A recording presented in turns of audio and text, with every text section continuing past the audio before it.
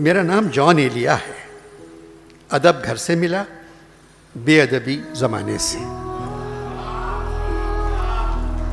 1935 میں زمین پر آیا، 2002 میں آسمان پر. ولادت امروہہ یو پی، وفات کراچی بہت پی.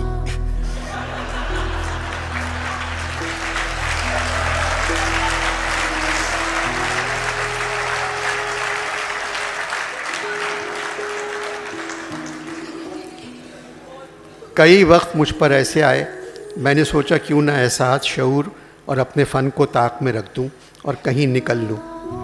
تنہا بہت مصروف زندگی گزاری، ہر بات کا دکھ رہا، صرف ایک بات کی خوشی حاصل ہوئی، میں نے ملی اور قوم پرستانہ انقلابی شاعری نہیں کی.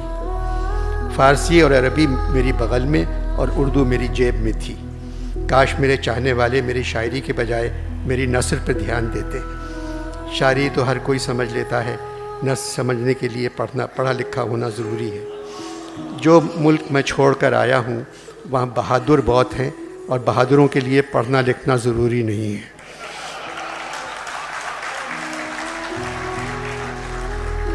اب میں مرزا کی فرمائش پر اپنے چند اشعار سناتا ہوں.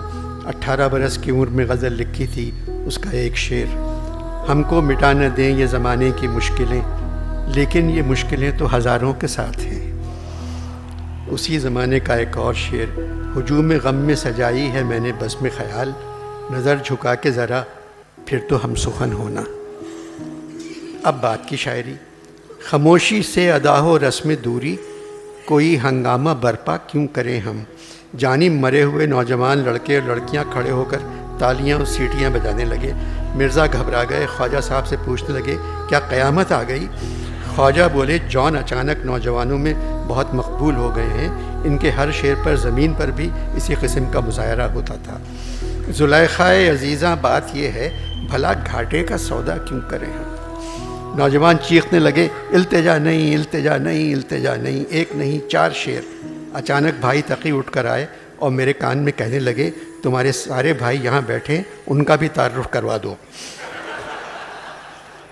خواجہ صاحب نے مجھ سے پوچھا تقی صاحب کیا کہہ رہے تھے. میں نے کہا وہی جو سارے نوجوان کہہ رہے ہیں، التجا نہیں کہ کم از کم 4 شعر سنانا. مرزا سے اجازت مانگی، مل گئی. میرا ایک مشورہ ہے، التجا نہیں. لمبے بالوں والی لڑکیوں نے دھمال شروع کر دیا.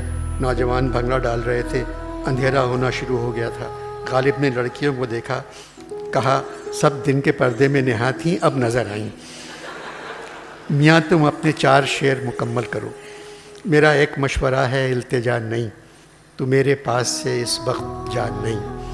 بچھڑ کر جان تیرے آستاں سے، لگایا جی بہت پر جی لگا نہیں. وہ ہجر و وصل تھا سب خواب در خواب، وہ سارا ماجرا جو تھا وہ تھا نہیں. محبت کچھ نہ تھی جز بدحواسی، کہ وہ بندے قبا ہم سے کھلا نہیں. قسم کھاتا ہوں یہ 2 دن میں سرحد. اس کے بعد جانی میں اسٹیج سے کود کے بھاگ گیا. جانی ختم کرنے کو جی نہیں چاہ رہا ہے، بس تمہیں ایک اچھی خبر سنا دوں. آج صبح میری بجیا سے ملاقات ہوئی. شہد کی نہر کے کنارے بیٹھی کیاریوں میں پھول لگا رہی تھی. 10-15 حوریں ان کے ساتھ تھیں. مجھے دیکھ کر کھڑی ہو گئیں اور دونوں ہاتھ پھیلا کر کہا ادھر آؤ بیٹے، کیسے ہو، کدھر ہو، کہاں ہو. بھئی تم اپنی صحت کا خیال رکھو. میں نے بجیا کو بتایا نہیں کہ ہم مر گئے ہیں. جانی اب بتاؤ ہم و بجیا کیا کریں. آسمانوں میں گر پڑے یعنی ہم زمین کی طرف اڑان میں تھے. تمہارا جان جانی جانے من.